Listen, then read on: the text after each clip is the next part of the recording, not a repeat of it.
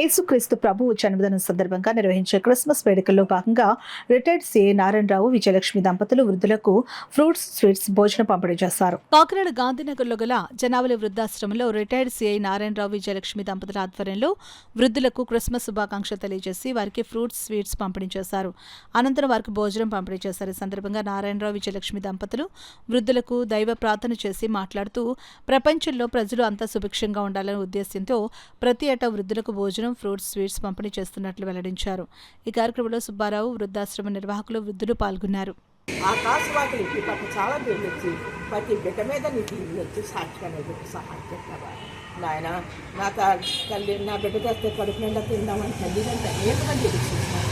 ఆకాశవాకులకి ప్రతి చాలా దేవుడు వచ్చి ప్రతి బిడ్డకి నాయన ఉద్యోగం వస్తే నీకు సాక్షిగా నిలబెట్టుకున్నావా సహాయం చేయి. అనేక మంది పొద్దున్నే ఆటోల మీద, రిక్షాల మీద, బళ్ళ మీద, బస్సుల మీద, ట్రైన్ మీద వస్తాను. నీ వాక్యం మా పాదాల మీద దాగుతుందైనా వీలుగా నడిపించి సహాయం చేసి ప్రొఫెషన్కి దయచేసి సాక్షిగా 4 వంతుల్లో దేవుడు మనకు 100 రూపాయలు ఇచ్చారనుకోండి, 100 రూపాయల్లో 3 వంతులు మనం ఖర్చు చేసుకుని ఒక వంతు దేవుడికి ఇవ్వాలండి. 1 పాయింట్. 2వ పాయింట్ మన కుటుంబం కొరకే కదండి, అందరి కుటుంబం కొరకు మనకు ప్రార్థన చెయ్యవలేదు. తర్వాత పండగ అంటే మన పండగ కాదండి, లేనివాడి పండగ. అంటే లేని వాళ్ళకి మనకు ఉన్న దాంట్లోనే లేని వాళ్ళకి పెట్టాలండి. తర్వాత ఇంకోటండి, పరలోకం నుంచి దేవుడు మనం వచ్చే రాకడికి అందరూ మోకాలు వేసి ప్రార్థన చేయవలను. అదండి. అయితే దేవుడు మన అందరూ ప్రార్థన చేస్తామని చేయమంటలేదు.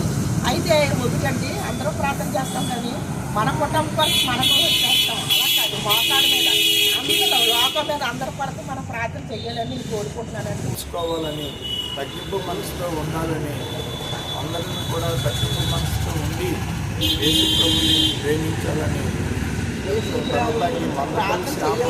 అతను ఆశ్రమను చక్కగా నడుపుతున్నాడు. దేవుడు అతని కుటుంబాన్ని, ఈ అనాథుల యొక్క ఆశ్రమను చక్కగా నడిపిస్తున్నందుకు అనాథుల్ని దీవించాలని దేవుడు ఆ నామంలో మేము వేడుకుంటున్నాము. ఆమేన్. హ్యాపీ నేడు పుట్టెను హల్లెలూయా, క్రీస్తు నేడు పుట్టెను హల్లెలూయా, క్రీస్తు నేడు పుట్టెను హల్లెలూయా. దేవుడి వాక్యం దీవించిన